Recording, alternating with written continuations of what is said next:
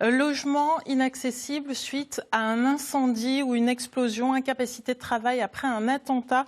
Touché physiquement et ou matériellement, il est souvent difficile pour les victimes de composer avec les complexités administratives. Pour y voir plus clair, eh bien, j'accueille tout de suite Jean-Hugues Chaumard, avocat. Bonjour. Bonjour. Donc nous sommes 2 mois après l'explosion d'un immeuble dans le quartier de la Gare à Dijon, pratiquement 1 an après les attentats du Bataclan, victime d'une de ces catastrophes. Les démarches ne sont pas les mêmes, mais d'abord on commence par penser à soi. On commence par soi.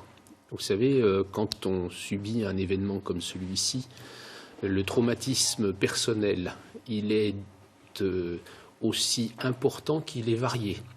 Donc, humainement déjà, ce premier message à donner, c'est commencer à penser à vous autant que possible. Essayez d'être au mieux de ce que vous pouvez et puis on verra ensuite pour les démarches administratives. Et pour aider à se sentir mieux et après pouvoir avoir, enfin en tout cas entamer certaines démarches, il y a bien sûr des associations qui se spécialisent de plus en plus. Oui, si vous voulez, l'idée générale c'est que quand on est dans des phénomènes de groupe comme ceux-là où les victimes sont très nombreuses, les victimes sont un petit peu perdues, éparpillées, on ne sait pas vraiment comment les regrouper. Et l'idée, c'est de souvent créer une association des victimes d'un événement précis. Et grâce à cela, on regroupe tout le monde et puis on a un interlocuteur.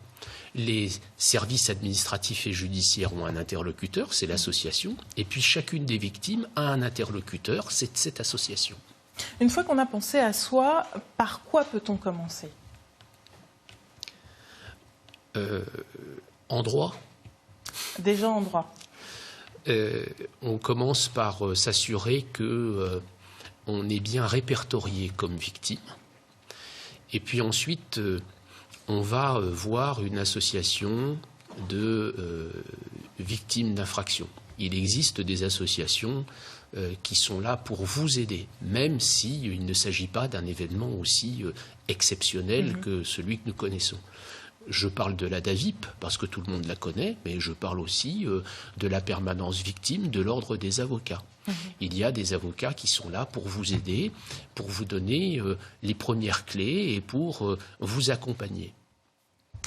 Lorsqu'on est victime comme cela, il est toujours important aussi de se rapprocher d'autres personnes qui ont connu les mêmes catastrophes. Alors ça, c'est un phénomène qui est un phénomène classique. On a besoin d'entendre les autres parce que, comme nous sommes les seuls à avoir vécu ça, on est les seuls à le comprendre. Donc il faut qu'on en discute entre nous. Les autres ne savent pas, les autres n'ont pas vécu. Alors c'est très important aussi, dans le cadre de ces associations, de permettre cet échange, ce dialogue, d'échanger les expériences qui sont toutes différentes, avec toutes des façons d'avoir vécu tout cela qui sont différentes. C'est en effet quelque chose qui est très important. Pardon.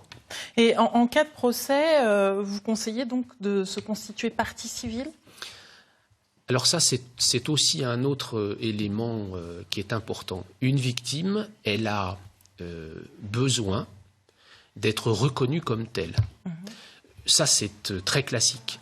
Donc on a besoin, en effet, d'aller au procès et on a besoin d'être entendu par la justice. Parce que la justice, elle est là pour nous entendre, pour nous dire « vous êtes victime ». Nous avons un message de compassion. C'est essentiel. La victime, elle n'a pas besoin du procès pour être indemnisée des préjudices qu'elle a subis. Généralement, l'indemnisation se passe avant le procès ? Et si vous voulez, on va prendre les événements du Bataclan, puisque malheureusement, on va, entre guillemets, parler de cette date anniversaire. C'est quoi l'objectif ?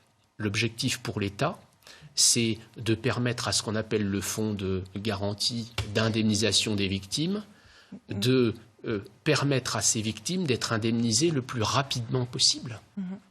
Donc on va essayer de faire que toutes ces victimes soient justement, correctement indemnisées avant qu'il existe un procès un jour.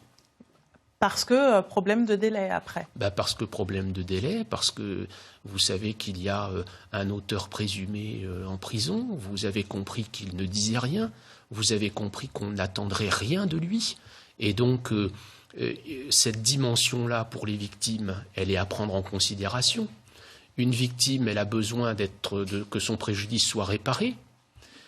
Et puis, dans le cadre de l'instruction qui est en cours, cette victime, elle a besoin aussi, parce qu'elle est partie civile, c'est-à-dire parce qu'elle vient participer au procès et à l'instruction, eh bien, elle va avoir des informations et elle va, au jour le jour, pouvoir suivre ce qui se passe sur le plan judiciaire.